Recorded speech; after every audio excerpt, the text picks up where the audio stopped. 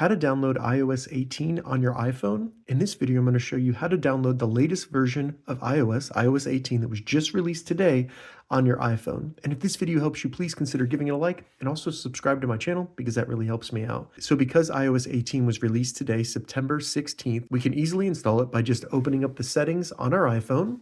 Once you get into the settings, scroll down a little bit and select General. And then in General, just select Software Update at the top.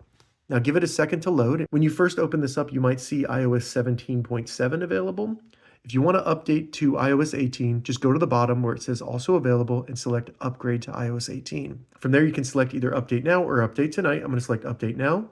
Then you'll need to enter your passcode. You'll have to agree to some terms and conditions, and then it will start requesting the update. So just give it some time, and I recommend during this time connecting your phone to Wi-Fi and then also plugging in your phone to a charger just because you don't want the battery to die during the installation. Once it's done downloading, you may have to go back to the iOS 18 update screen and select update now. Otherwise, it will probably start installing iOS 18 by itself. It'll reboot a couple times during the installation, so just give it some time and remember to keep it plugged in.